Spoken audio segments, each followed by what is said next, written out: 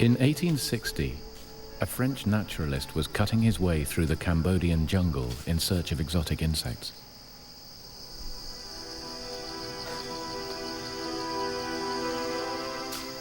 Henri Mouot suddenly came across the last thing he was expecting: a massive complex of stone temples. Mouot had stumbled across one of the world's most astonishing and enduring architectural feats: the 900-year-old remains of Angkor Wat. But who built these vast, sophisticated temples? Why construct them deep in the jungle, only to abandon them? At first, there were no answers. Then, an amazing eyewitness account from the 13th century emerged in China. The author describes the great temple of Angkor, a fantastic citadel, and its resourceful inhabitants. How could this be true? The evidence was scant. Now science is providing unexpected proof. Archaeologists are applying the latest techniques to reveal the mysteries of Angkor. And radar images from space reveal that Angkor was much bigger than originally imagined. A vast city, the size of London. Scientists now know that Angkor Wat was just a small part of one of the largest and most sophisticated cities in the world.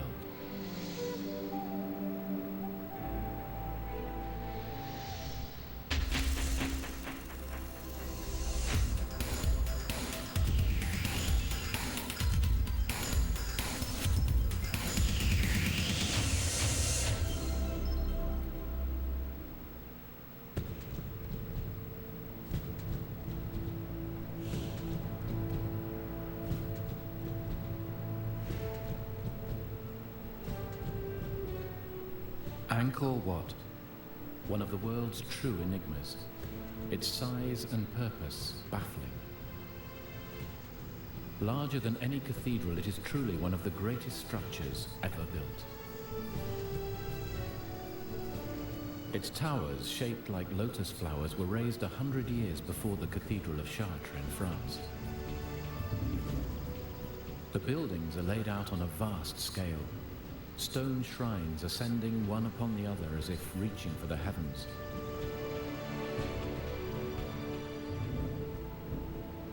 Endless corridors are carved with the longest reliefs in the world. The precise construction would be hard to match even with lasers used by modern surveyors. Archaeologist Charles Hyam has studied all aspects of Angkor and its inhabitants, the Khmer. Professor Hyam has been crucial to understanding the extraordinary history of this ancient culture. Dude, it's like 3 a.m. there, bro. Thanks, man. Thanks, dude. What's up, man? Angkor Wat was the temple mausoleum of one of Angkor's greatest kings, King Suryavarman II, the Sun King. And when he died, his ashes would have been placed under the heart of the central lotus tower behind me.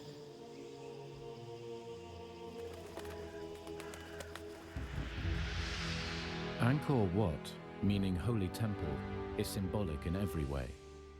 Its vast square moat represents the oceans around Mount Meru, legendary home of the Hindu gods.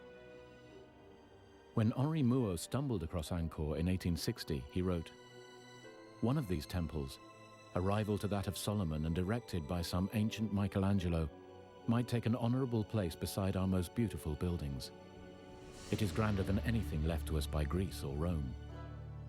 The Frenchman suspected that the temples belonged to a huge and sophisticated civilization, but he had no evidence. Angkor Wat lies in the northwest floodplains of Cambodia, just above the Great Lake. If you love history, then you'll love History Hit. Our extensive library of documentary features everything from the ancient origins of our earliest ancestors to the daring mission to sink the Bismarck. History Hit has hundreds of exclusive documentaries with unrivaled access to the world's best historians. We're committed to bringing history fans award-winning documentaries and podcasts that you cannot find anywhere else. Sign up now for a free trial, and Timeline fans get 50% off their first 3 months. Just be sure to use the code TIMELINE at checkout. When Muo discovered it in 1860, only a handful of Buddhist monks and local villagers lived around the ancient site. None of them knew how Angkor Wat had evolved or who had built it. Legend had it that the Great Temple had built itself. Some said that it had always been there.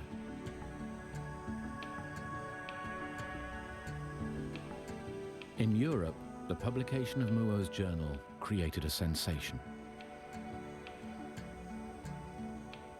Soon, a stream of explorers, photographers, and archaeologists traveled east, keen to uncover the mysteries of this vanished world. But Henri Muo's part in this puzzle came to a sudden end.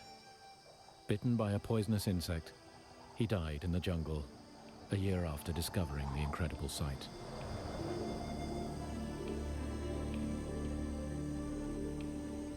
As early explorers began to strip away the jungle, they discovered even more temples. The walls of the vast monuments were covered in intricate carvings. These reliefs illustrate legends of an ancient culture and its religion. The sandstone sections were carved in place. They would have taken the artists decades to complete. Inscriptions here are written not only in an ancient Cambodian language, but also, mysteriously, in Sanskrit, the priestly language of the Hindus. One of the great breakthroughs has been the translation of the entire corpus of Angkorian inscriptions by a French scholar, Georges Sedez, in 7 thick volumes. And so, bit by bit, the actual internal history of Angkor has been unravelled, and that's been absolutely critical.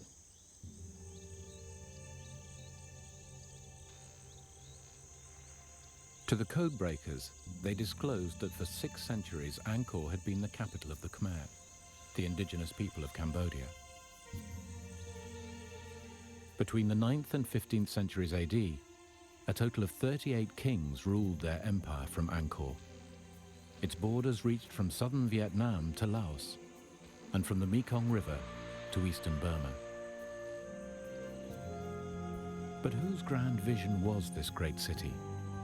And why was it built in the middle of the jungle?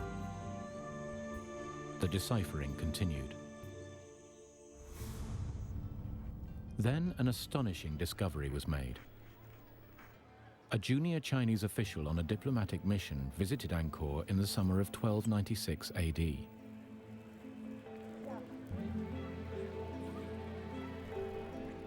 During his year-long visit, Zhou Daguan kept a journal. His diary tells of a major civilization, a capital much bigger and more developed than the archaeologists dared imagine. But was Zhou Daguan's account fact or myth? Archaeologists searched for proof of the existence of the city Zhou described. As they pieced together this gigantic puzzle, the full story began to emerge. For thousands of years, the indigenous people of Cambodia, the Khmer, had cut rice fields from the jungle. These farmers were a largely self-contained and peaceful race. But from the 1st century AD, small feuding kingdoms developed around the country. In the 8th century, a great leader emerged. To find a site for a grand new sacred capital, he abandoned his home city in the eastern part of Cambodia and ordered all his subjects to cross the Mekong River in a great march west.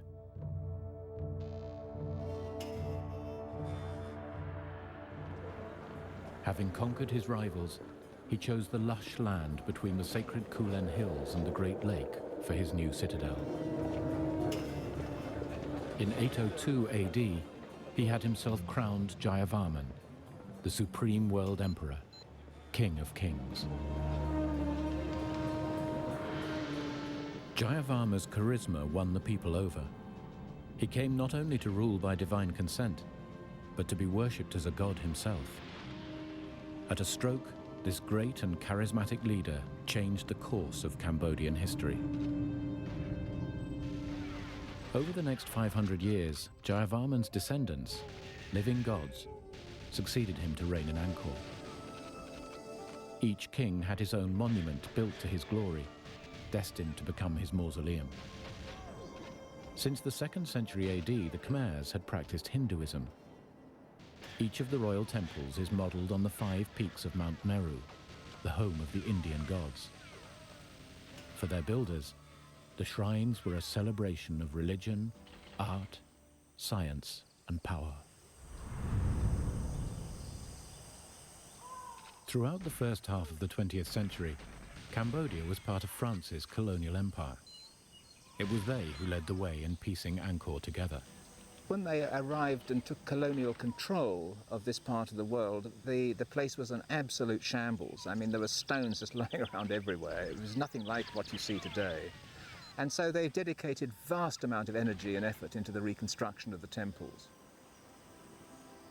In the 1960s, the eminent archaeologist Bernard-Philippe Grolier made this comparison of Angkor. Imagine that within the city limits of Paris, you found thrown together Versailles, the Place de la Concorde, and the Louvre. Surrounding these, the cathedrals of Notre Dame, Chartres, and Rheims, flanked by all the churches built in Paris before the 19th century.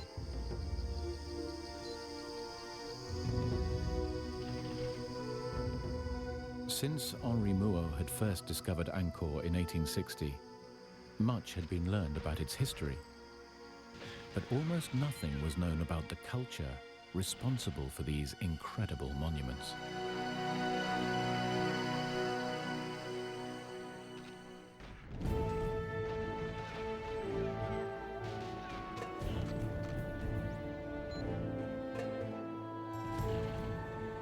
The largest religious monument in the world, the City of the Gods, Angkor Wat in the heart of Cambodia. But is this astonishing temple only the visible tip of a greater unseen mystery? 700 years ago, a junior Chinese official visited Angkor on a diplomatic mission.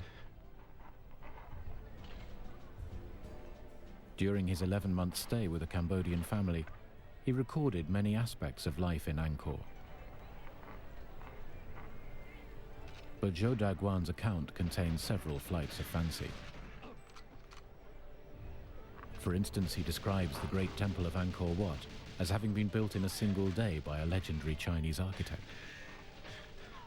He was also openly judgmental, referring to his hosts as barbarians. Archaeologists have taken his writings with a pinch of salt. You've always got to think of it as being seen through the eyes of an educated Chinese, for whom anyone beyond the empire was, by definition, a barbarian.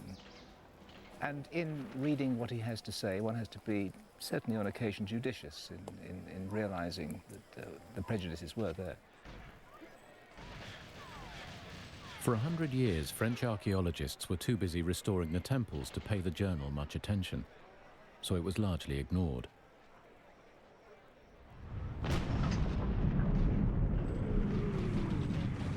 Then, in the 1970s, the murderous regime of Pol Pot stopped all work at Angkor.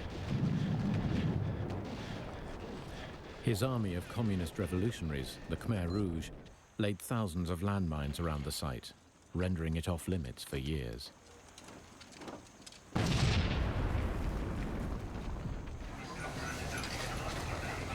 Now at last, stability has returned to Cambodia, and work on the temples has resumed.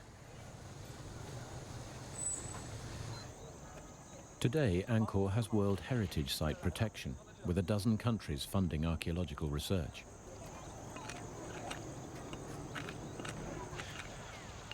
With much of the major restoration work complete, the focus has shifted away from the temples at the center and onto the outlying pieces of the puzzle. Just north of Angkor Wat, an 8-mile wall encloses the remains of several magnificent stone temples. Explorer Henri Mouot suspected in 1860 that this was once the Khmer's great capital of Angkor Thom, the holy city. The perfectly square wall, like Angkor Wat, is surrounded by a moat and covers an area the size of Manhattan Island. At its center is the Bayon Temple. In his journal from 1296, Zhou Daguan describes a busy city teeming with life. Archaeologists are now looking for evidence that this is the great metropolis he was describing. But any evidence has all but vanished under dense forest.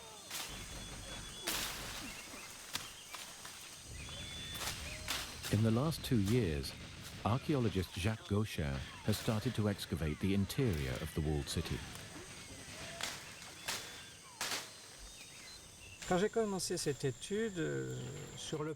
When I started this study, we knew almost nothing because everything was covered in forest. The only surviving features were the stone temples and the foundation of a royal palace, but we knew nothing of the rest of the 900 hectares within the city wall.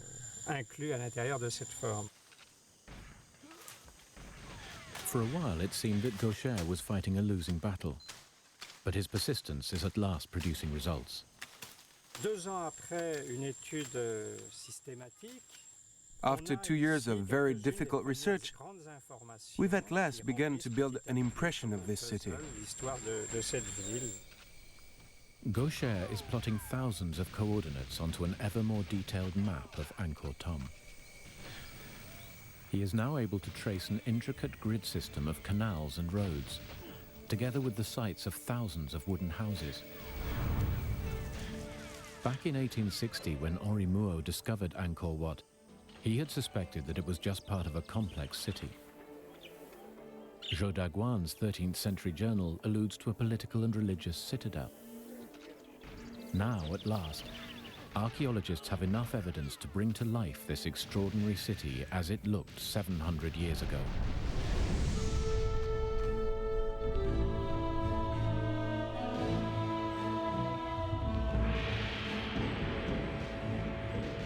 Angkor was a capital far bigger and far in advance of any European city of the time. Jacques Gaucher's findings confirm the accuracy of Zhou Daguan's account. What he describes is fact, not fantasy. These are the monuments which have caused merchants from overseas to speak so often of Cambodia the rich and noble. If you are looking for gold lions, gold Buddhas, bronze elephants and bronze horses, this is where you'll find them.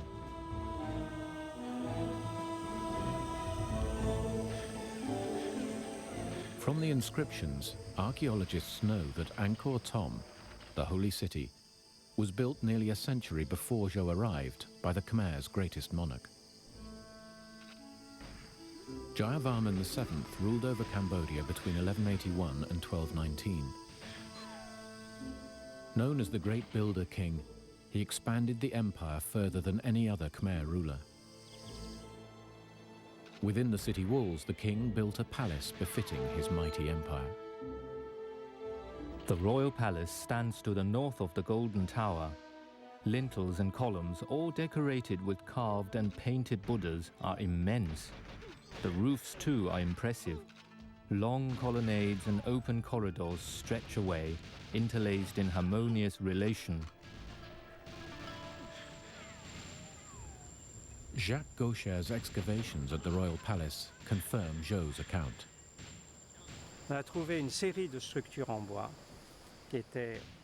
We found evidence that this palace was a large area with interconnecting courtyards and buildings. We found holes 80 centimeters in diameter for huge supporting columns. It would have been a very impressive sight. As evidence materializes about the royal palace, the role of the Khmer's rulers, these earthly gods, becomes clearer.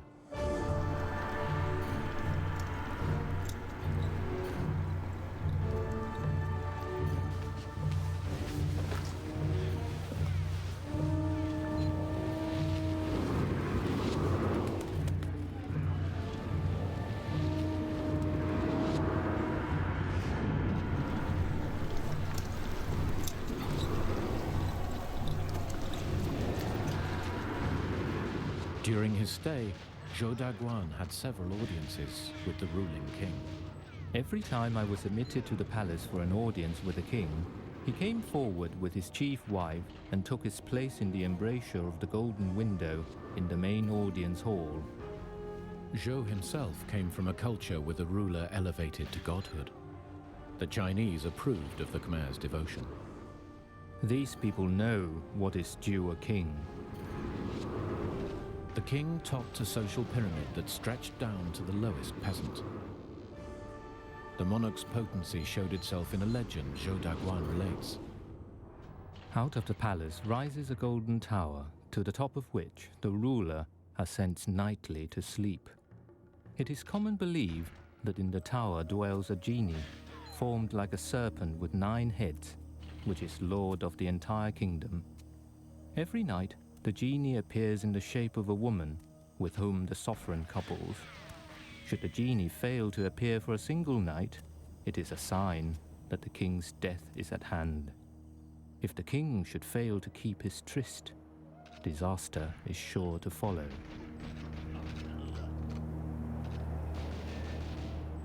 Well, I'm not sure about that. He would have been a fine king had he been able to do that for any length of time. But what we do know is that it was a practice of the aristocrats to send, and the regional landed gentry, as it were, to send up a woman from their family to be a member of the king's entourage, to become a concubine, which would, in a sense, bind the provinces to the centre in a very physical manner. And it wouldn't be surprising if, indeed, the king did have a very substantial harem from which to choose. Zhou Daguan notes that the king had 5 wives and a harem of 3,000 women. The king was rarely seen outside the palace, but Zhou describes one such occasion, the New Year festival. As night comes on, the king is besought to take part in the spectacle. The rockets are fired and the crackers touched off. The rockets can be seen from 13 kilometers away. The firecrackers, large as swivel guns, shake the whole city.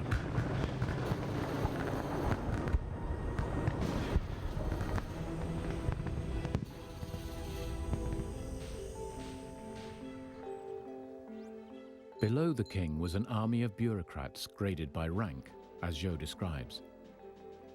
In this country, there is a hierarchy of ministers, generals, astronomers, and other functionaries. Beneath these come all sorts of small employees, differing only in name from our own. These would all have been descendants of families honored by the original Jayavarman, who had founded Angkor 500 years earlier. What is not clear from Zhou's writings is how many people lived in Angkor. Sanskrit inscriptions in temples such as Ta Prohm offer valuable clues. We know that the temple housed at least 12,000 people, including a number of great priests, I think over 650 dancers and various other officiants to maintain the temple and to do the necessary temple duties. If 12,000 people served a single temple, what was the overall population? Jacques Gaucher's new research is not yet complete, but it does support an educated guess. To give a number, this city could have been between 80,000, 90,000 and 150,000 people. In the same period, the population of London totaled no more than 30,000. So, discoveries are confirming that what Henri Mouot suspected, and Zhou Daguan alleges, is correct. Angkor Thom was indeed a large, well-structured city with a huge population. Now suspicions are aroused that the jungle conceals an altogether bigger surprise. A metropolis so vast that its full extent can only be detected from space.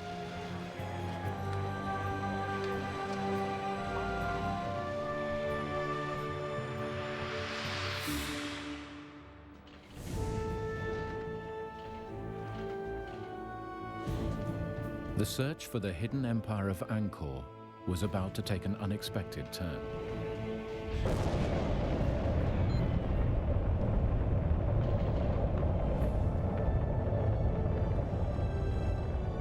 In 1994, archaeologists persuaded NASA to undertake a unique task. The space agency had developed specialist radar to penetrate vegetation.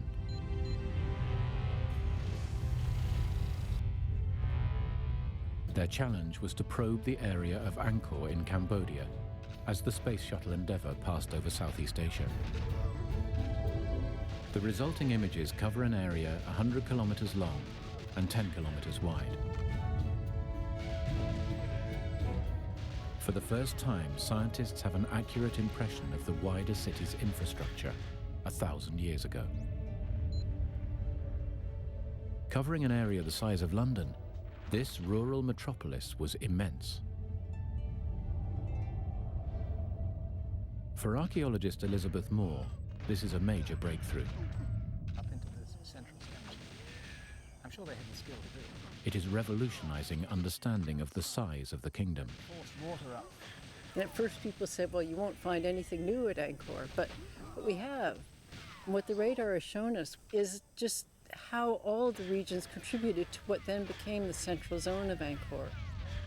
The radar pictures also reveal previously unknown temples all over the Angkorian basin, as well as an intricate network of roads and canals, all leading to the walled city. Evident for the first time is the grid plan of this once great metropolis. When you start looking at the radar imagery and you see the sophistication with which they were able to control and alter their terrain, I've never seen a culture like it elsewhere in Southeast Asia in terms of manipulating the landscape, of using it to their benefit. Now, the challenge for archaeologists was to work out at ground level what had been photographed from space. Archaeologist Christophe Potier is using the images as a route map to trace the layout of ancient Angkor.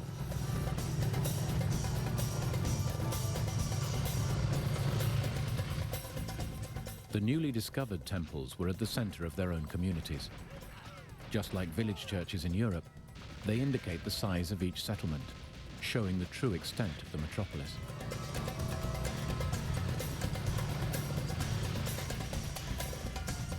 Today, Potier and his Cambodian assistant, Sin Chenda, attempt to locate a number of previously unrecorded ruins outside the walled city of Angkor Thom.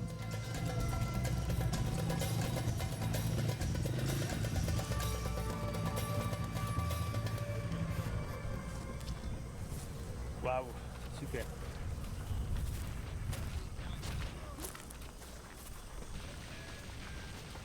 It's a quite nice one.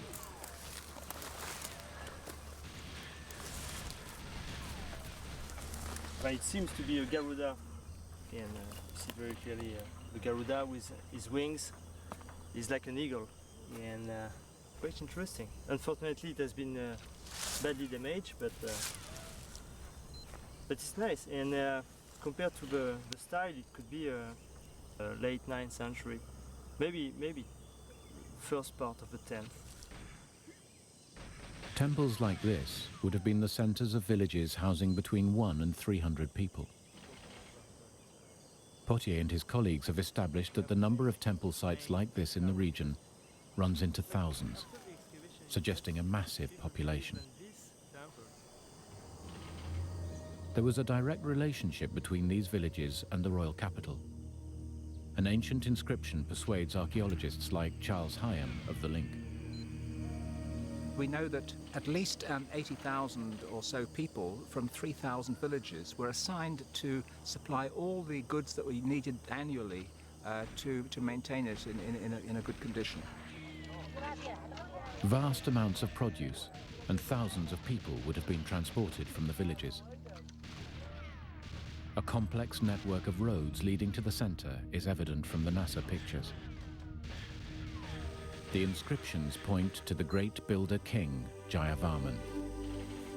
Jayavarman VII was a fantastic builder. Across his whole kingdom, he had roads constructed. He was a great man for infrastructure, one reason being that he wanted pilgrims to go and visit his places.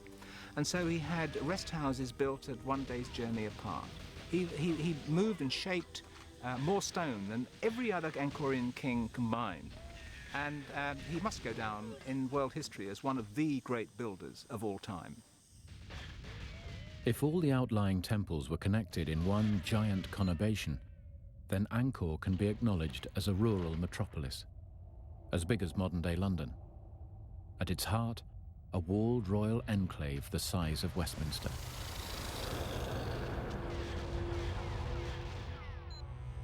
There are hundreds, let's say thousands of that kind of small sanctuaries spread all around the area of Angkor, but the large area of Angkor.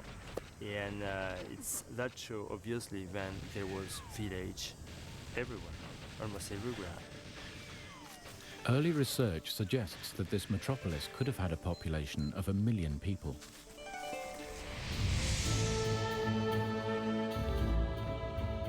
This would make Angkor, at its peak, between the 11th and 13th centuries, one of the largest cities in the world.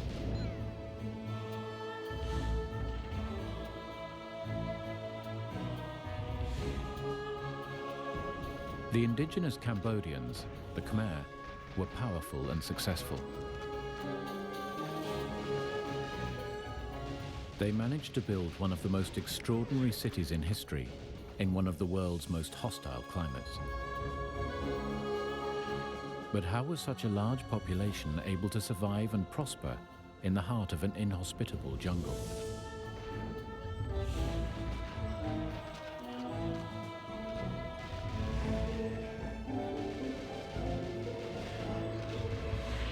The answer lies in the Khmer's ability to harness their most precious asset.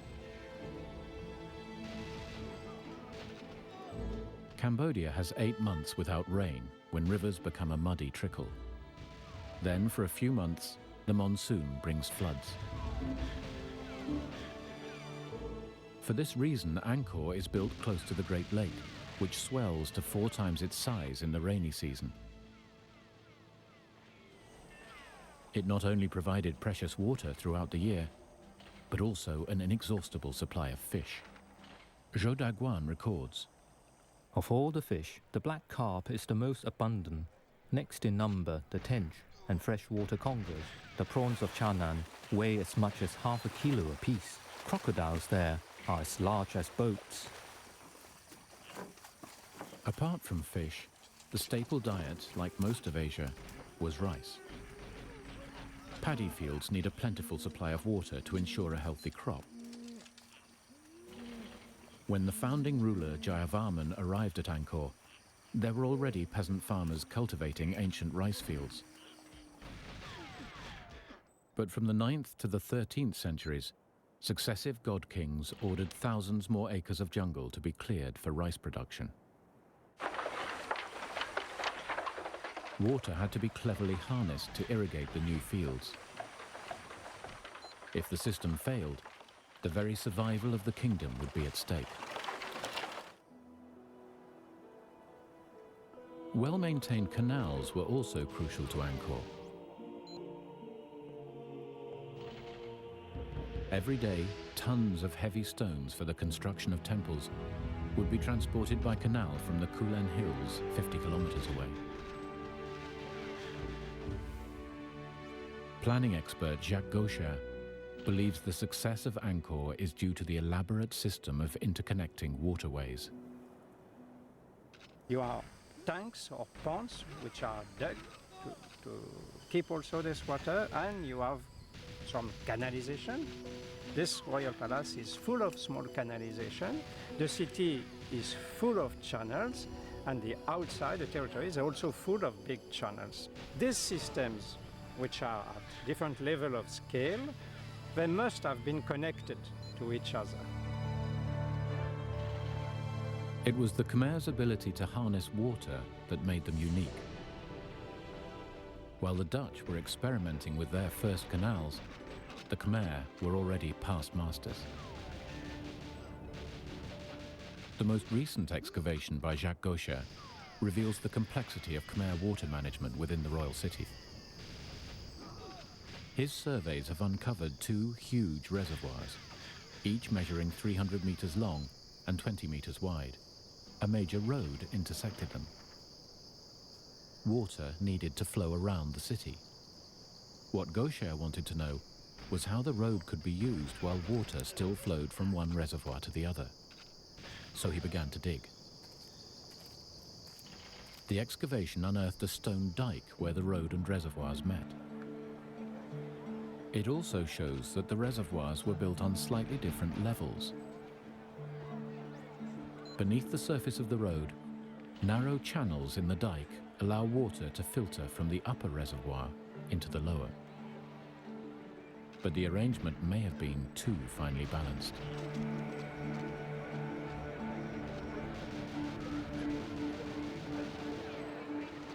Playing at such a scale with the management of water, with such small differences of level, I think the system was quite fragile. And if there were any variability in the environment or in the maintenance of the city for social problems or political ones, I think the precision, I mean the ultra sophistication can have been a weakness in the system in a way. This complex system provided water throughout the royal city for drinking, cooking, and even bathing. Cambodia is an excessively hot country, and it is impossible to get through the day without bathing several times. There are no bathhouses, no basins. However, every family has a pond, or several families have one in common. Men and women go naked into this pond. The construction of extensive water systems and great stone temples in the jungle demanded colossal manpower. Why would the Khmer be prepared to devote so much of their year toiling in the king's name? Why was it that the peasantry out there in the fields contributed so much labour, willingly it seems, to the maintenance of the centre? And the answer may well be that they really believed that the king was a god and they were working in the service of the deity, and this kept them going. Oh, I think without a doubt, I fully agree with you. You couldn't have built the city of Angkor without that kind of firm belief.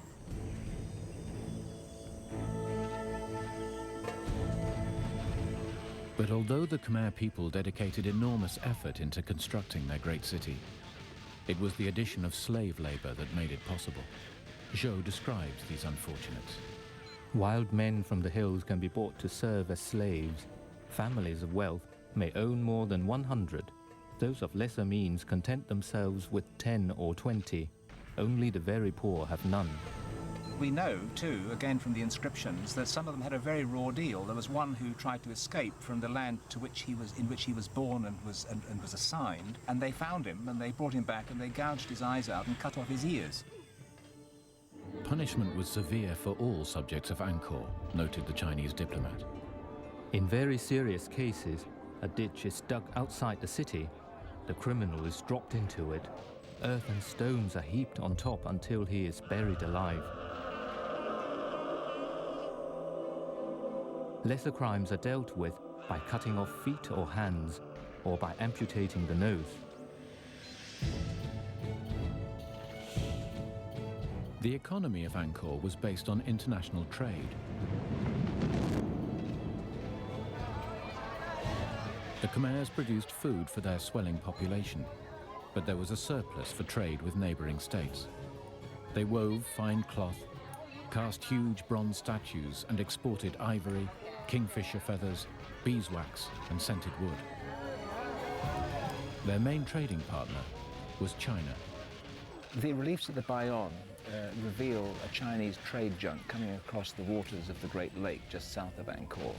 And we know that there was indeed a great deal of trade going on because of the more recent archaeological research that has been excavating in the Royal Palace, and there they've been unearthing a considerable quantity of Chinese ceramics.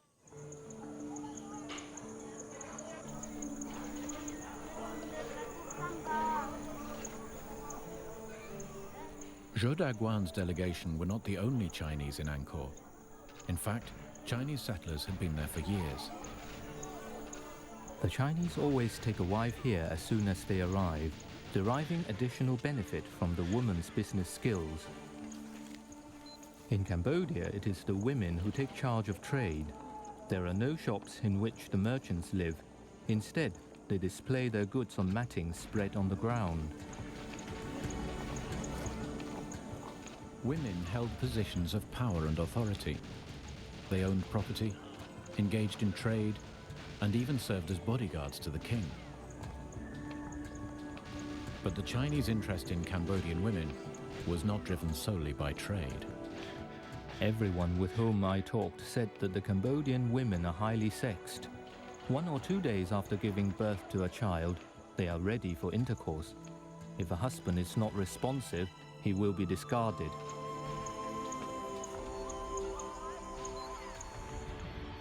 By the end of the 13th century, Angkor was at its peak.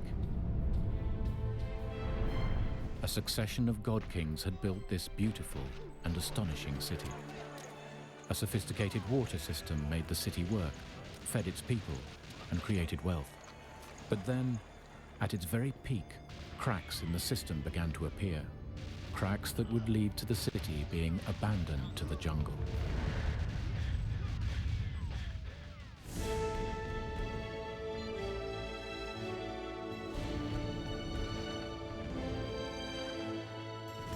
It took nearly 500 years for Angkor to grow to the vast city that the Chinese diplomat Zhou Daguan described in 1296.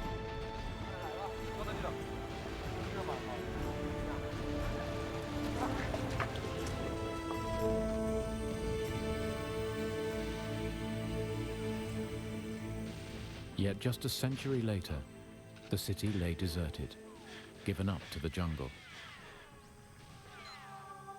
But why? Throughout history, there are few examples of cities being totally abandoned.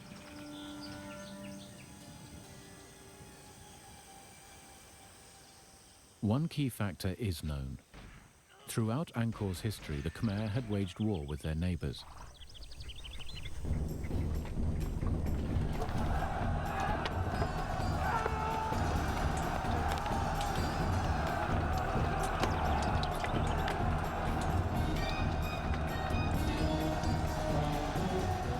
In the early years of Angkor, the Vietnamese Chams were the Khmer's sworn enemies. Most of the temple walls around the capital depict epic battles against the Chams.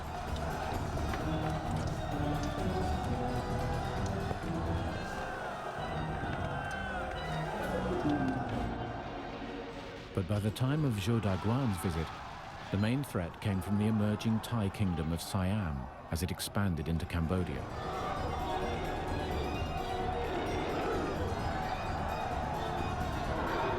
He recounts. Recently, during the war with Siam, whole villages have been laid waste. In the diplomat's eyes, the Khmer army was ill-prepared for war. Soldiers move about unclothed and barefoot. In the right hand is carried a lance, in the left a shield. They have no bows, no missiles, no breastplates, and no helmets. Generally speaking, these people have neither discipline nor strategy.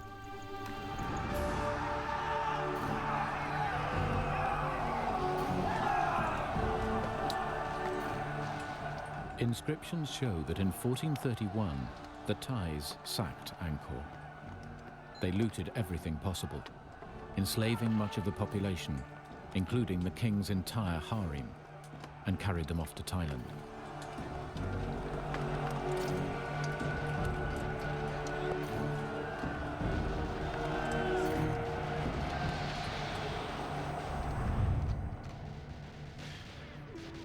Abandoned, the city of Angkor was slowly reabsorbed into the jungle from which it had emerged 5 centuries before. Henri Mouot wrote in 1860, "One must ask, what has become of this powerful race, so civilized and enlightened to create these gigantic works?" The conventional explanation is that the empire's rulers lost their grip on power, and the Thais simply scared them off. But the mystery of Angkor takes another twist. Today, archaeologists believe that there were other factors at work. Charles Hyam points to the great builder king, Jayavarman VII. Perhaps because of the excesses of Jayavarman VII, who clearly was a builder with a frenzy of activity. And he may well, it's said, and it might be true, that he exhausted the resources of the state and it went into a decline. Jayavarman VII was the first Buddhist king after several hundred years of Hindu worship. This more compassionate religion may have given the Khmer cause to reflect on the excesses of their kings. And I wonder whether, in fact, the slow decline that may well have set in was the result of a lack of belief out in the fields there that the king was, in fact, a deity, and that this vital link between the two began to fray.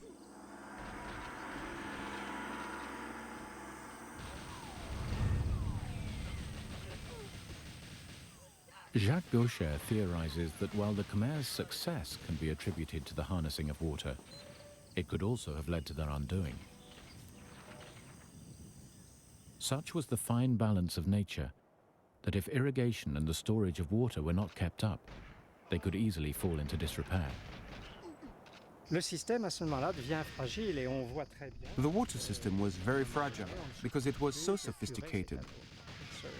And the problem is, if it's not well maintained, it could easily become blocked by sediment. The kings who came after Jayavarman VII were less interested in grand building plans. It's also possible they stopped maintaining the intricate water system. Deforestation was also a likely contributor.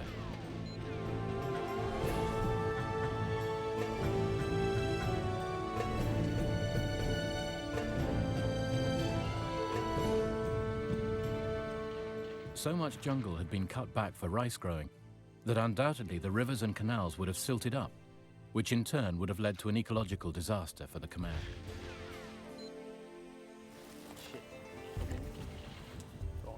Christophe Potier believes the clues are obvious. The pound is very clear there with the water. At the end of Angkor, it's pieces of the forest should have been very, very rare. So deforestation is not a new problem. It's an old one. It is most likely that it was a combination of these factors that led the Khmer to abandon their once great city. What remained of the Khmer court re-established itself on the banks of the Mekong, near Cambodia's present-day capital of Phnom Penh.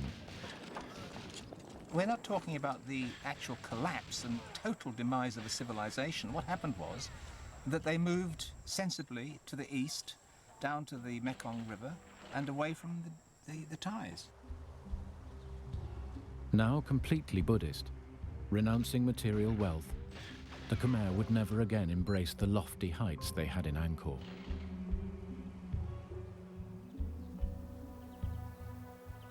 For 400 years, Angkor lay derelict and forgotten, until its rediscovery by Henri Mouot in 1860. Today, Angkor is recognized as a wonder of the world. In Cambodia's new era of stability, archaeologists from around the world continue to make fresh discoveries.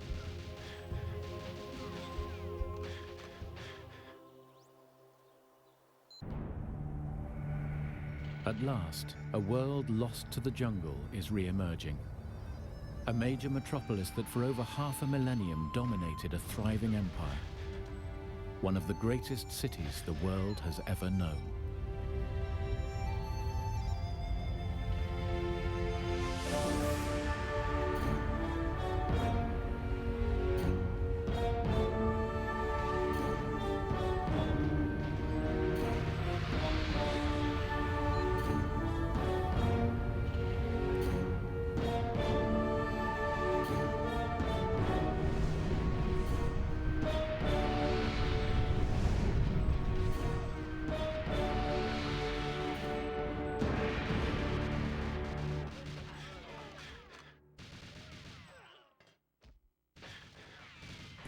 For centuries, archaeologists have tried to find the legendary city of Troy, but without success. Troy is famous as the scene of the Trojan War, the fight for the world's most beautiful woman, Helen, and the ruse that won her back, the Trojan horse. It's a story that's been told and retold by poets and actors for thousands of years. But is it real? Did the city of Troy actually exist? A century ago, a pioneer archaeologist claimed he'd found the site of Troy. But while the public was satisfied, the experts were not. They said it was impossible to match the clues in the ground with a story that may only be fantasy. Now, a team of archaeologists has returned to the same site. In a dig that spans the past 15 years, they've made discoveries which are both dramatic and controversial. But at the heart of their work, one question persists. Have they found the lost world of Troy?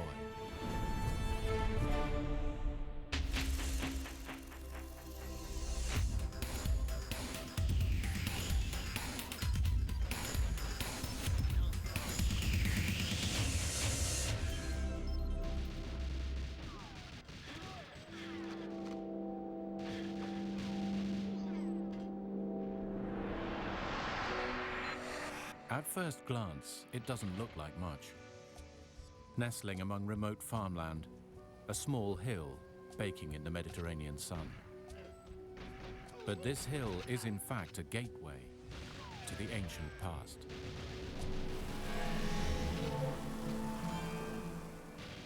This is Hisarlik in northwest Turkey. It stands near the Dardanelles Strait, a few miles from the scene of the World War I Gallipoli campaign. Every year, thousands of tourists come to Hisarlik in the belief that they're visiting one of the most famous sites of antiquity, the city of Troy. But many experts take a different view. They say no one knows if Troy ever existed, and even if it did, there's no proof it stood here. For 15 years, an archaeological team has worked at Hisarlik. Their findings may resolve the issue once and for all. Investigating the site is not easy. It involves uncovering multiple layers of human settlement. These date from 3000 BC, the early Bronze Age, to late Roman times, around 600 AD. It's a delicate task, excavating layer upon layer of remains. In charge is eminent German archaeologist Manfred Kaufmann. It's a kind of operation what we are doing. Sometimes I would compare it with a heart operation or a brain operation. Troya is a difficult place with all these layers and with all these expectations of every scholar in the world. And everybody knows it better and wants to advise. Kaufmann's work at Hisarlik attracts such attention because it relates to one of the oldest and most famous stories in European literature.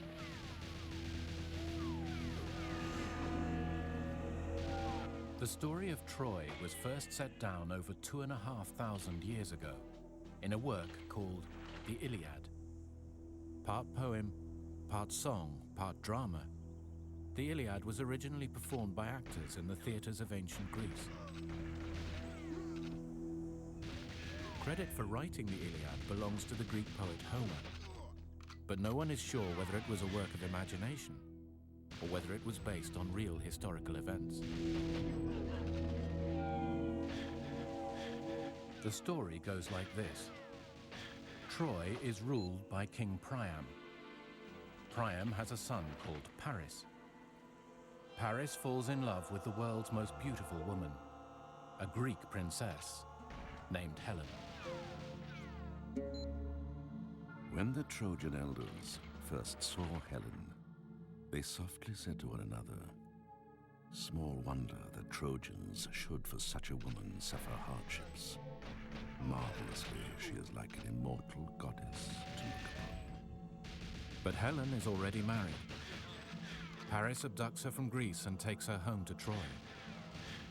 The result, is war. The conflict rages for 10 long years. With no chance of victory in sight, the Greeks pretend to retreat, leaving a gift at the gates of Troy. An oversized wooden statue of a horse.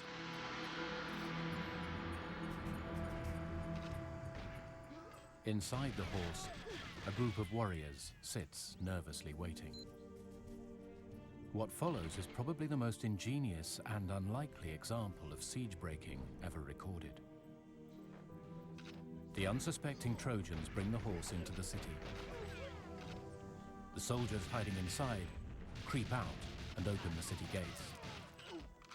The Greek army pours in. Helen is rescued, but Troy's fate is sealed. The Iliad gives a haunting account of the destruction and massacre that followed. Forthwith, the Greek heroes hewed the Trojans down on every side. Their dying groans rose hideous as the sword smote them. The river ran red with blood, and it seemed as though all Troy was burning utterly in fire.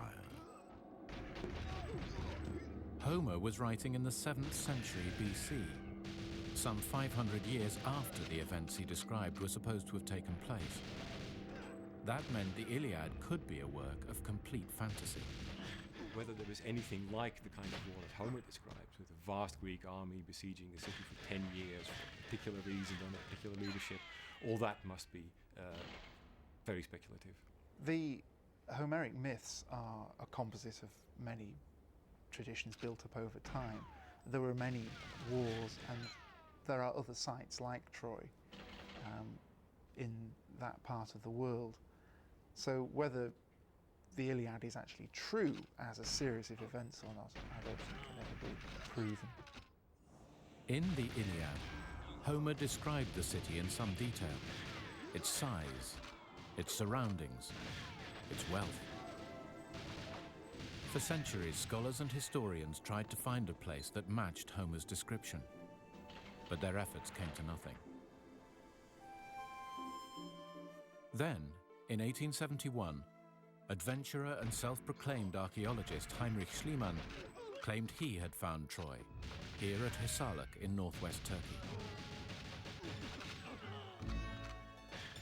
Schliemann first got the idea from this man, British amateur archaeologist Frank Calvert. Critics later claimed that Schliemann stole both Calvert's research and the credit for the find. Archaeologist Donald Easton has spent 5 seasons at the Hisarlik dig and has made a special study of Schliemann's life and work. It's often said that Schliemann did enormous damage to this site, and in some ways that is true. His initial work was unbelievably crude. I mean, he was winching down great vertical chunks of earth using crowbars and winches and battering rams. At first, Schliemann dug down to the lowest part of the mound. In the process, he carved a massive trench right through the center of the site. It was a typically drastic approach. He drove this enormous north-south trench through the mound, digging it out with the object then of widening out and opening up the whole area so as to be able to expose the city of Priam. But Schliemann could never have imagined what he was about to find.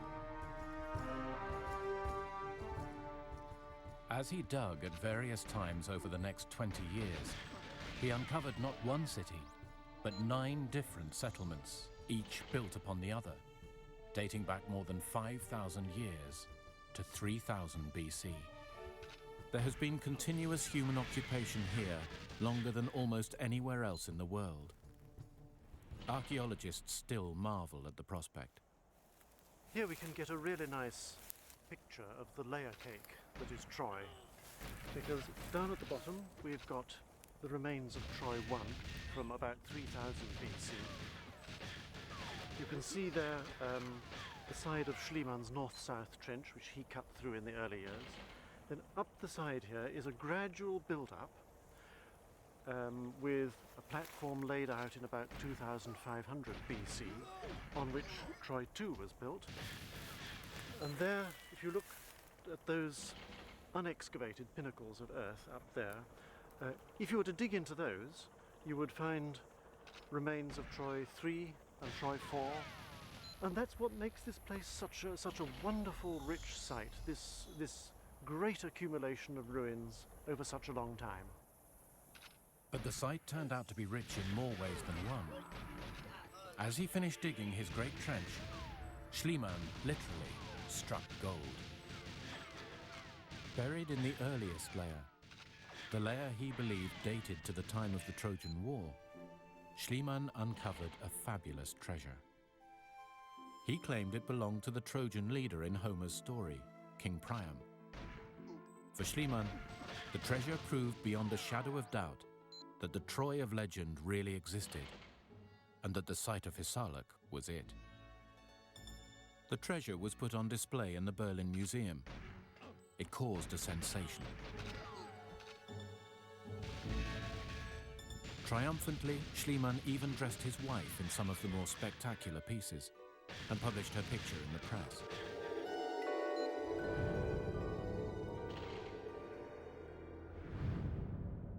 But stylistic analysis by Schliemann's colleagues revealed that the treasure belonged to a much earlier period, the early Bronze Age, 1,000 years before the time of Homer's story.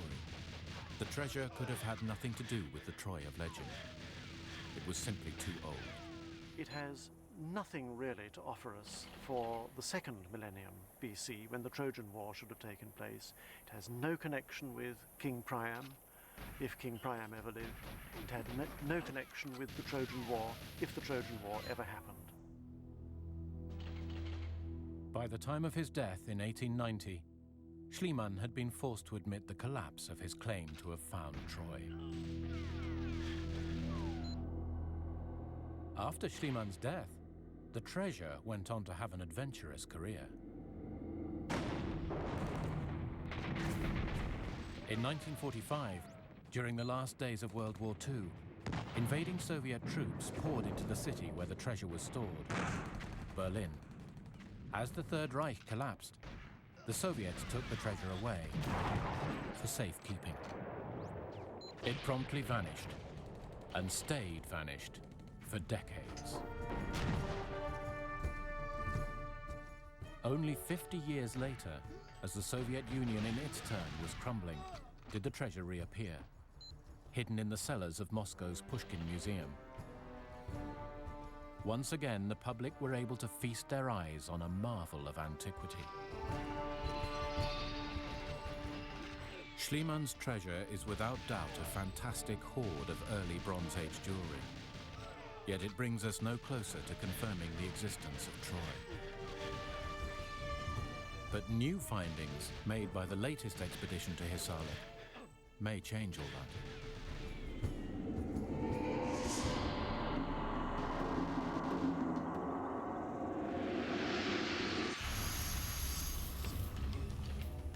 Time is running out for archaeologist Manfred Kaufmann.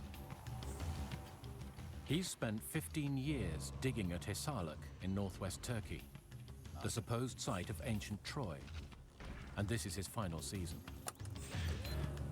Kaufmann is one of the world's leading experts on the archaeology of ancient Turkey and has spent 30 years in the region. He's come to believe, in the face of academic skepticism, that Hisarlik and Troy are one and the same. Kaufmann's operation is called Project Troja.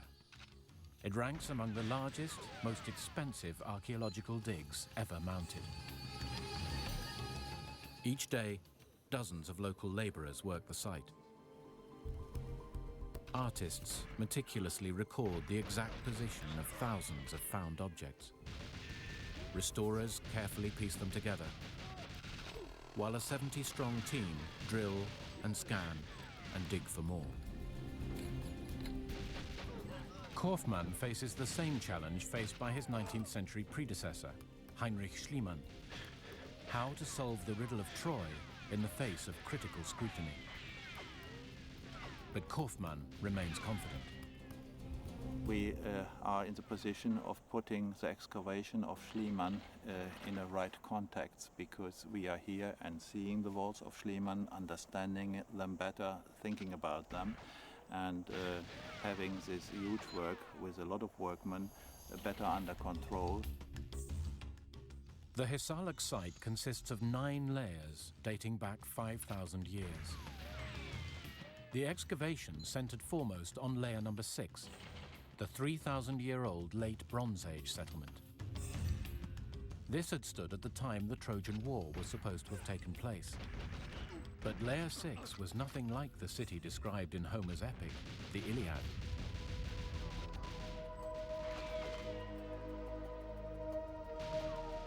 That prompted skeptics to claim it was simply not big enough to qualify as Troy. Indeed, the entire site was little bigger than the Tower of London. But Kaufmann, like Schliemann, suspected there was more here than met the eye. The late Bronze Age attracted us because there were a lot of things that Troy is much bigger than thought before by Schliemann. He wished it to be bigger. He wanted it to be bigger. At ground level, Kaufmann's team could discern little more than Schliemann had done. So they turned to a relatively new process: magnetic prospecting. By measuring fluctuations in the Earth's magnetic field, the prospector detects objects buried deep underground. Its deployment led to a breakthrough, evidence that Hisarlik was indeed bigger than previously thought. Like a magnetic radar, the prospector generated images of city streets from both the Bronze Age and Roman times. But the survey also revealed a major structure running around the Bronze Age portion of the town. Excavation uncovered the structure, a massive ditch cut into the bedrock. It was very exciting because everybody thought this might be the fortifications of the late Bronze Age lower town. So you have to imagine a ditch here that would have been about 4 meters wide and 4 meters deep. There's a break here where the late Bronze Age occupants had left a causeway through the ditch, but the ditch then continues from there onwards, and it's been traced right around now the south side of the lower city. There's evidence for it running up the west side of the lower city now, and also it's likely that it runs up the east side. The ditch turned out to enclose an area many times larger than the original site. Was this the great city that Schliemann had missed? The ditch fill includes rubble from buildings, bits of brick, bits of building stone, bits of pottery too, which indicates that here we had not simply a defensive system and then an open area, but quite close to the ditch, probably buildings. So I think it's pretty clear that between here and the citadel there was a complete built-up area. It wasn't simply a little citadel the size of the Tower of London. It was a great city. The excavation had revealed a city that now matched Homer's description in one important respect. At the time in question, this place was the right size. So what could this Bronze Age city have been like? Troy is about 13 times larger in extent than known before. So we have a rough idea about how many people lived in this city. Let's say about 5,000 to 10,000. Comparison between the excavation here and at other Bronze Age sites reveals how the Layer 6 settlement might have looked. The stone battlements, towers, and multi-story buildings all convey an impression of a remarkably sophisticated city. 3,000 years ago, one of the wonders of the world. If these ruins alone from the fortification would stand in Bulgaria or Romania or Yugoslavia, Poland, Germany, you always would say, oh, it is the center of the Balkan, it's the center of Europe. So people coming to this place would be very astonished to see something of high culture which they never had seen before. To build such a city, the inhabitants would have needed a sophisticated technological basis to their culture. That in itself is a sign of an advanced society.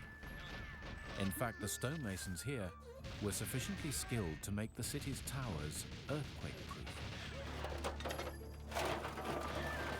Look at this beautifully made masonry, all fitting closely together, cut without the use of iron tools. Look at how this stone is wider at the outside and narrows towards the centre of the tower. The same is done in reverse behind me, and the total effect is that the weight of the stones is pushed towards the centre of the tower, so that if it were shaken by an earth tremor or an earthquake, it wouldn't tend to fall apart, it would tend to collapse into itself, and if anything, get stronger. So the ruins at Hisarlik indicate a city big enough and sophisticated enough to have been Troy.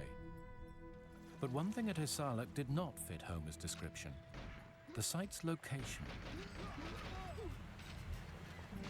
In Homer's 2,500-year-old account of the Trojan War, the Iliad, the city of Troy is described as a wealthy port. But the modern excavation site at Hisarlik in northwest Turkey is over 4 miles inland from the sea. In an effort to resolve this contradiction, archaeologist Manfred Kaufmann brought in a man with a machine.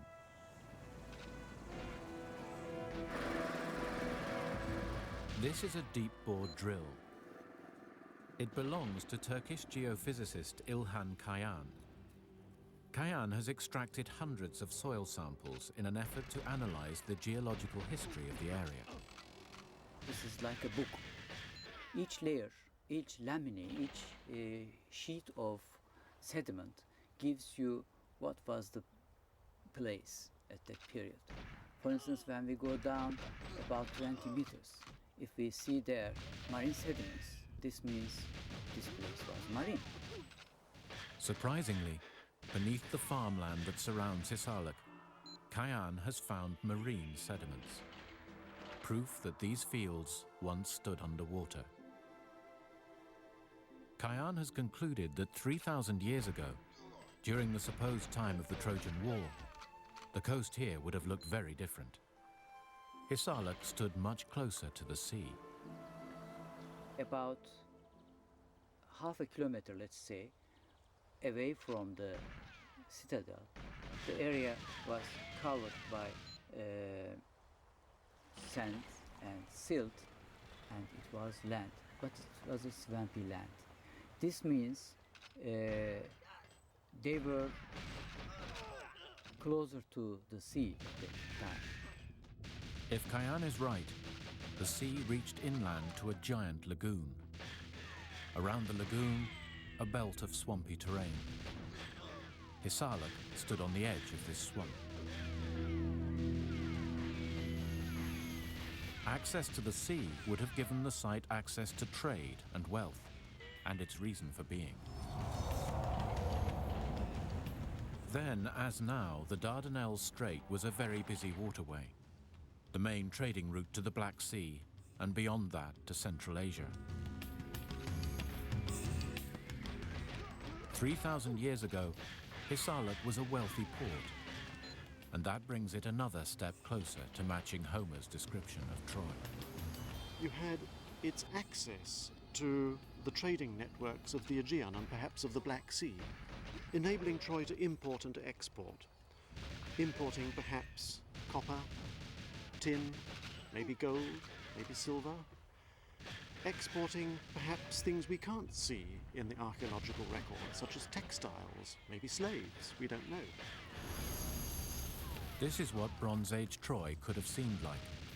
A dynamic city, a busy port, filled with visitors and traders drawn from the four corners of the known world.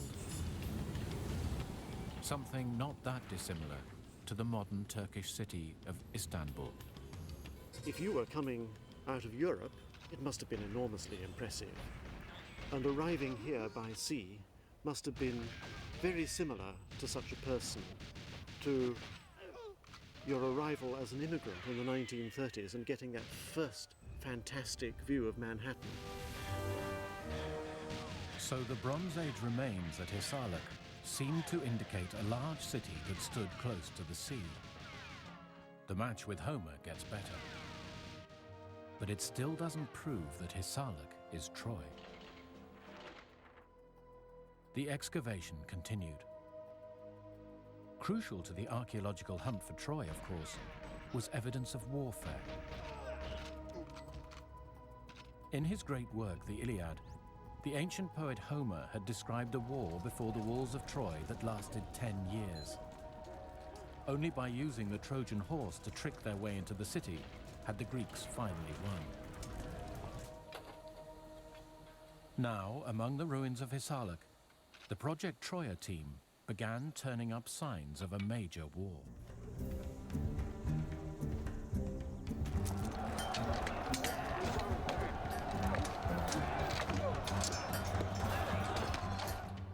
Firstly, the team uncovered a layer of charcoal, evidence perhaps of a city-wide fire. Does this match Homer's description of the burning of Troy?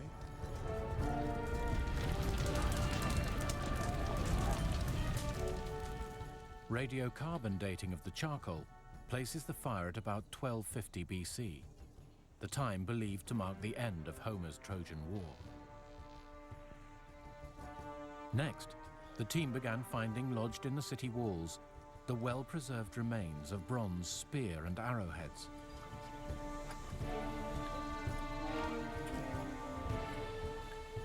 In the ground, they uncovered more. Did these spearheads reflect Homer's descriptions of large-scale battles before the walls of Troy? Maybe. And the team found one more proof of war, even more dramatic. Bones, both of horses and of humans. Were these the skeletons of stallions and the graves of their riders? The charcoal, the spearheads, the bodies. Kaufmann has no doubt about what he's found. We have a lost war, signs for a lost war. We have people killed, we have weapons, and a conflagration all over this area. Here were signs of warfare occurring at about 1250 BC, the right date for the Trojan War. Combined with the newly established size of the city and its strategic position near the coast, this evidence steered Kaufmann closer and closer to one conclusion: that 3,000 years ago, during the late Bronze Age, the city of Troy had actually existed, as Homer had described. But did this mean the Trojan horse, King Priam and Helen of Troy had really existed too? As an archaeologist, Kaufmann had always said he had not set out to find the scene of the Trojan War, nor to prove that Homer's Troy had actually existed. There was no chance of finding the wooden horse, or the remains of Helen or King Priam.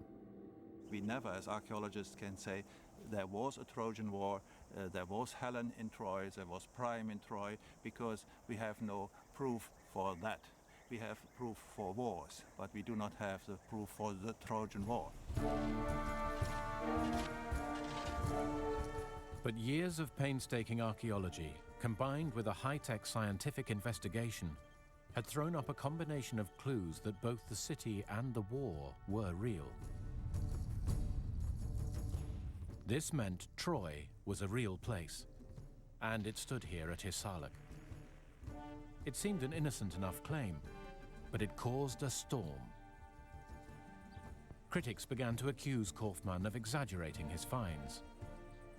Their doubts were fueled by the fact that Project Troia had hefty commercial backing. The temptation to please sponsors with dramatic discoveries, said some, must be irresistible. Maybe Kaufmann had succumbed and put too much weight on too little evidence. The problem in Troy is particularly acute because the ruins, such as they are, have been damaged even in antiquity to the point where precisely the parts of the site that we would like to be able to see are just not there anymore. The site of Troy, which Homer seems to refer to when he described the Greeks attacking Troy, was already destroyed in antiquity. Kaufmann hit back. His critics couldn't accept his interpretation, he claimed, because of their own vested interests. People who have learned and who have taught their students in ancient history and so on that all this is invention are in a difficult situation, or maybe in a difficult situation, and they are looking now to counter-arguments to stay to their old established views. But the criticisms didn't let up. If this was the Troy, where were the royal tombs, the burial chambers for King Priam and the others? Where were the remains of the 10-year-old Greek army camp? I would like to see the Greek camp excavated and laid out. We know from Homer that the Greeks were there for 10 years. We know that they had temporary encampments. More detailed excavations of that kind of site will convince me that the site of Hisarlik and the Troy of Homer's legends are one and the same. The row rumbled on. It seemed as if Kaufmann was destined to tread the same controversial path as his predecessor, Schliemann, forever trying to convince his colleagues that he'd found Troy.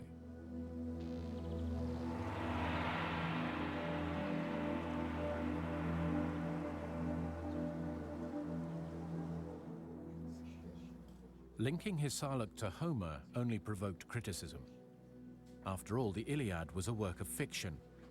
It was written 500 years after the events it described were supposed to have taken place.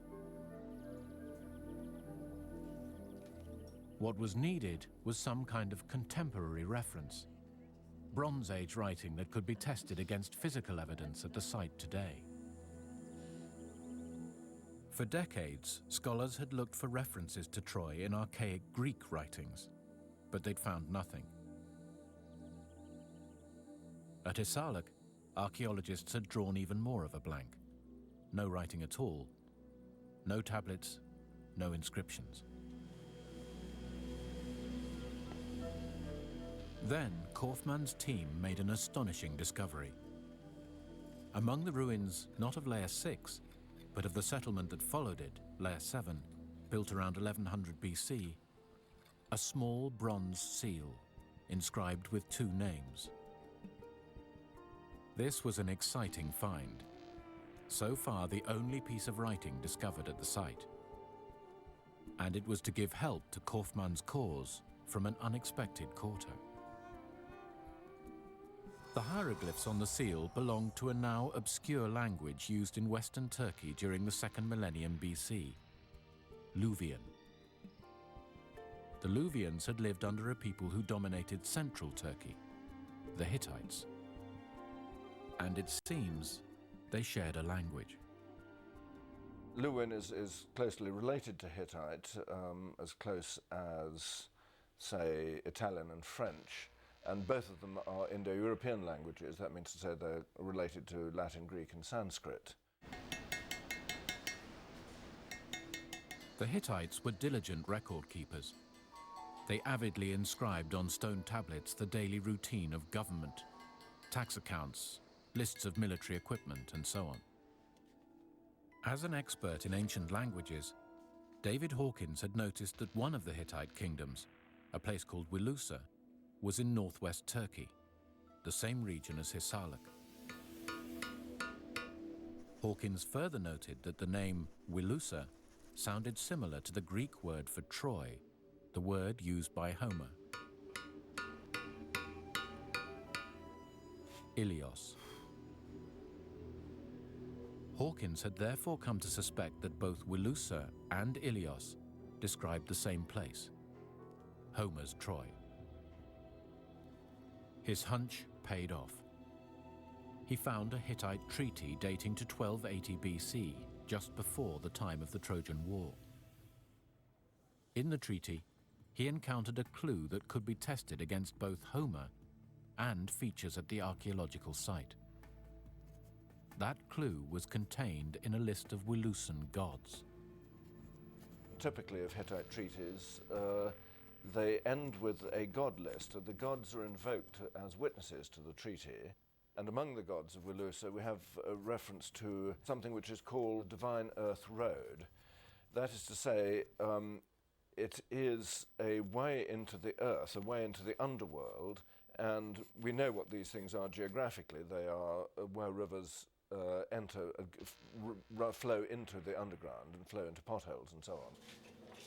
So in Bronze Age times, according to the Hittites, Wilusa was built upon an underground stream, one special enough to merit divine status. Under the mound at Hisarlik, archaeologists also found an underground stream, a large one, fed by rainwater seeping through the limestone rock native to the region. This in itself was not surprising, as most ancient cities were built near sources of fresh water.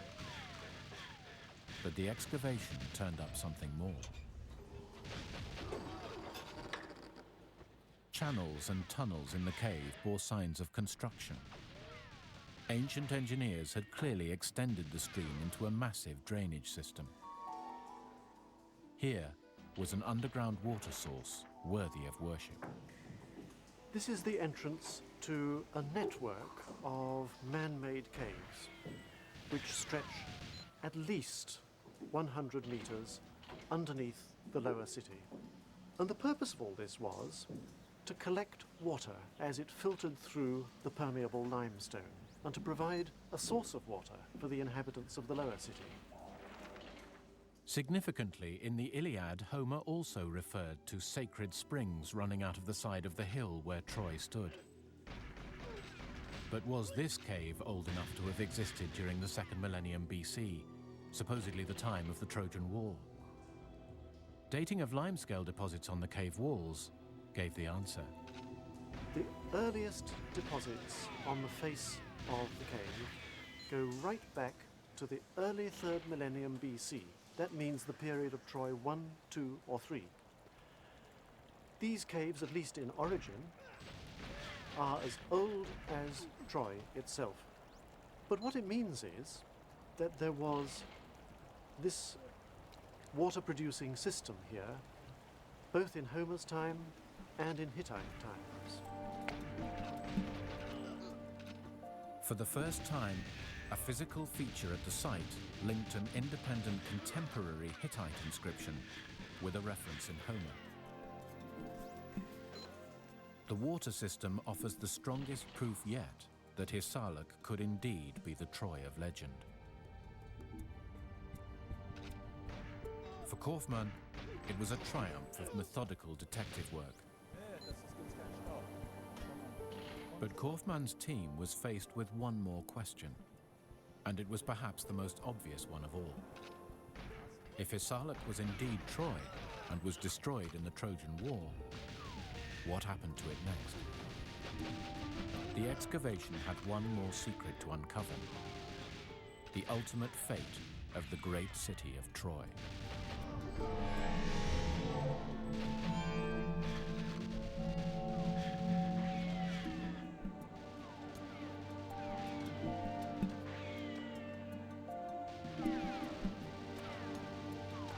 It seems a world away from the story of ancient Troy. But this place offers a flavor of what Troy became during the later stages of its long history.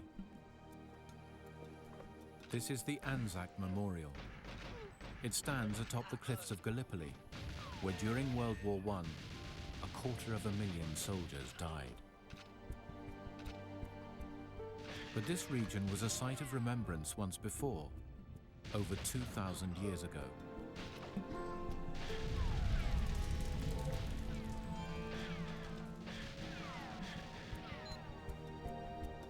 Six miles from Gallipoli, archaeologists are working on another great site of homage.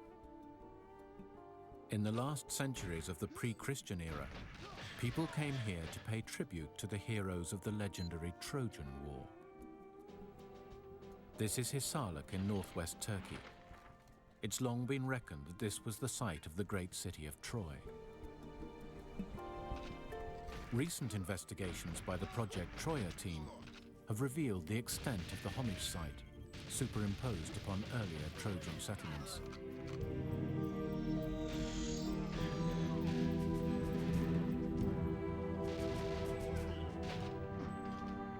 But 5 centuries after the Trojan War, we have Layer 8, a large new city.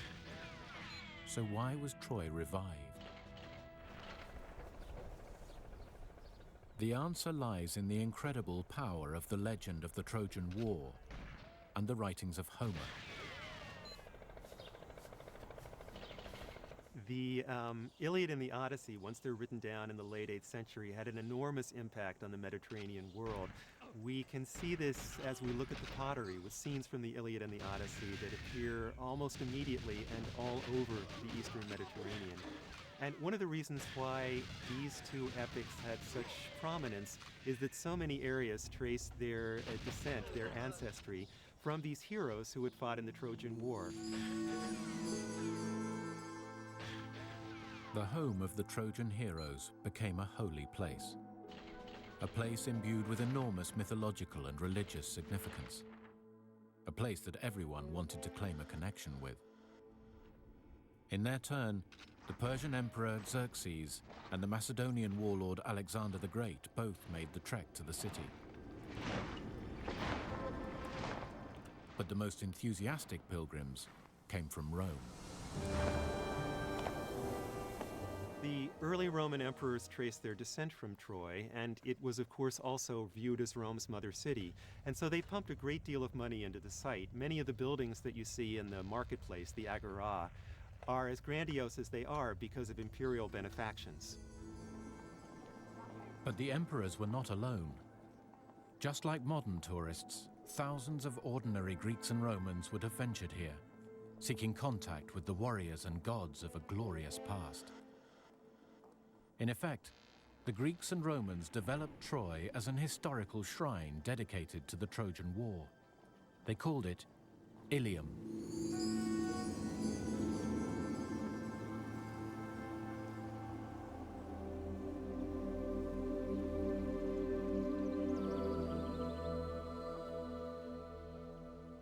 Indeed, among the ruins of Ilium, evidence of the tourist presence in Greek and Roman times is still visible.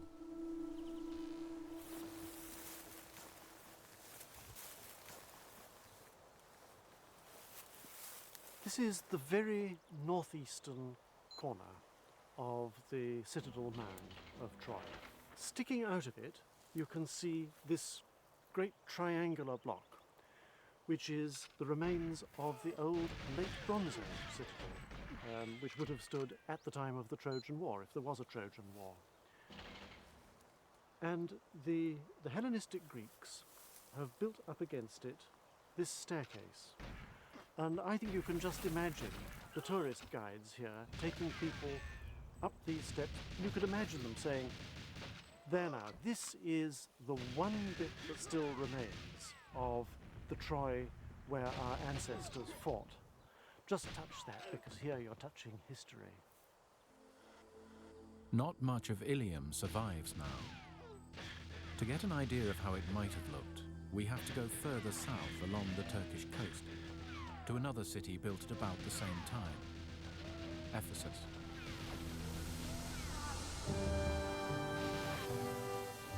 Ephesus is distinguished by magnificent multi-story public buildings, paved streets, and impressive amphitheaters. Its grandiose architecture still delights visitors, and its scale and appearance allows us to create a picture of what Ilium would have looked like. Behind us here, there would have been the Acropolis with the Temple of Athena on top. You have to imagine this stretching up, 10 or 15 rows of seats here, to pretty well the top of the temple platform, so that people could go in and out of the Odeon here at the top. But there was a darker side to the Roman obsession with Troy's legendary past, as excavations on the southwestern corner of the Citadel Mound have come to reveal. This area is a pagan sanctuary. Its large size proves the city bore witness to many cult practices. One of them was an offshoot of the popular cult of Athena, and was in turn directly linked to the story of the Trojan War, the custom of the Locrian maidens. The custom of the Locrian maidens, this goes back to an episode in the Iliad where Ajax, a Greek hero, dragged the Trojan woman Cassandra from the cult statue of Athena, thereby violating Athena in a sense, because that was a place of sanctuary. Ajax was by tradition a native of the Greek town of Locris. So every year, in penance, the Locrian rulers sent 2 young women to Troy. Their job? To keep the temple of Athena clean. And if they were found outside the sanctuary of Athena, according to the ancient descriptions of the custom, they could be killed. After a year, the women were replaced, if they'd survived. This continued until probably the early 1st century BC, so at least the Ilians had a clean sanctuary for nearly 1,000 years, and they had it free. For 500 years, Ilium enjoyed a golden age. Bolstered both by trade and by its strategic location, the city continued to grow in size and wealth until it rivaled Ephesus itself. But then, Ilium began to face a new threat.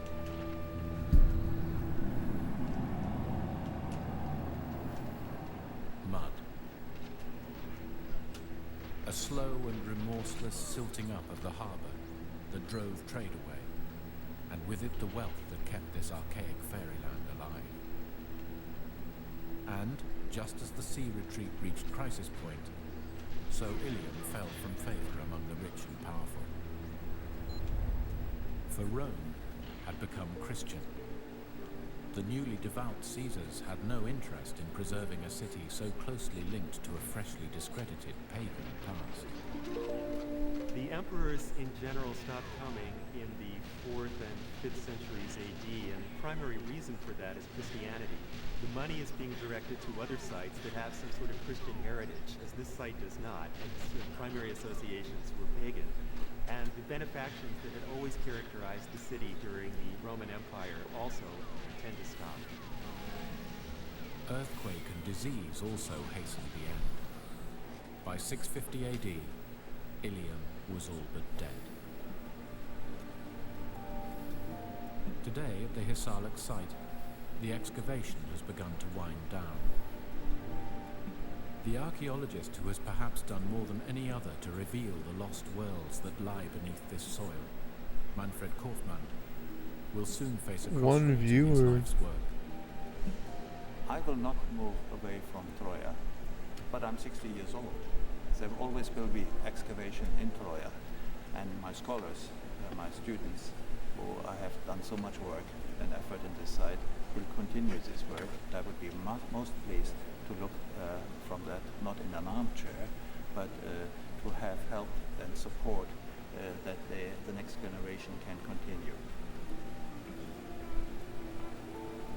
Kaufmann's team has come closest of all to understanding the real history of Troy. For the first time, we can say that 3,000 years ago here was a great city, a strategic hub of seaborne trade, a city that suffered war and destruction, a city that underwent rebirth as a pagan shrine dedicated to the memory of that epic past. The tourists still come to Hisarlik. Their confidence that here stood the Troy of legend can now be justified. History can never confirm if Homer's heroes ever lived, nor whether the legendary Trojan horse ever existed. But thanks to modern archaeology, the city in which Homer placed his heroes, the lost city of Troy, is lost no more.